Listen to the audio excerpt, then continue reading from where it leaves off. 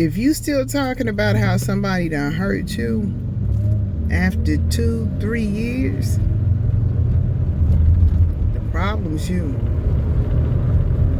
At some point in time, all the pain that you had at the very beginning before you met this toxic individual, at some point in time, you're going to have to deal with you.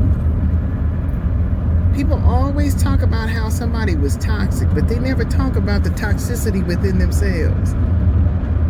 If you've moved on from a person and a person has moved on from you and that person is happy, and you are the one that's complaining about how that person affected you after 2, 3, 4 years, you're the toxic one in the relationship. You are the problem.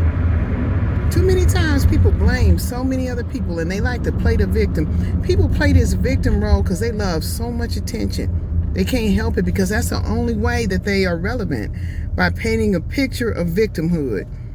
Dude, you're not a victim. You're the person that was out here trying to victimize somebody and you just got caught in the act. See, what happens is the energy that you put out, that's the energy that you get back. So you going out here and you trying to victimize somebody and you so-called got victimized and now you caught up in it. You beating up your pillow at night. You have an outburst. You struggling.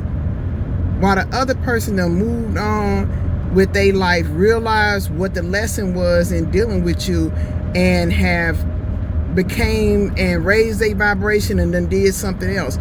You still stuck in your own toxicity. You're the toxic one. Heal your issues from your childhood.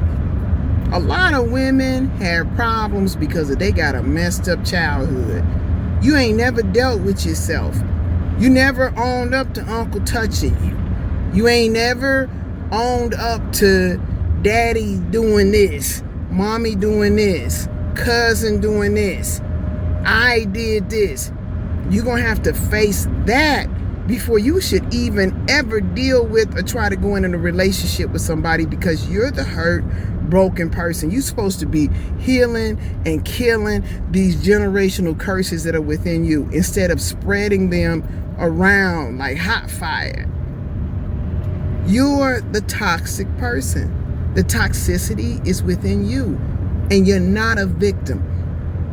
There's no way that you could be a victim if one day you've been hurt and somebody done hurt you and you just so tore up and you have to recover and you're mentally jacked up, and then 1 minute you're posting lingerie pictures advertising yourself, you in swimming suits and all of these different things.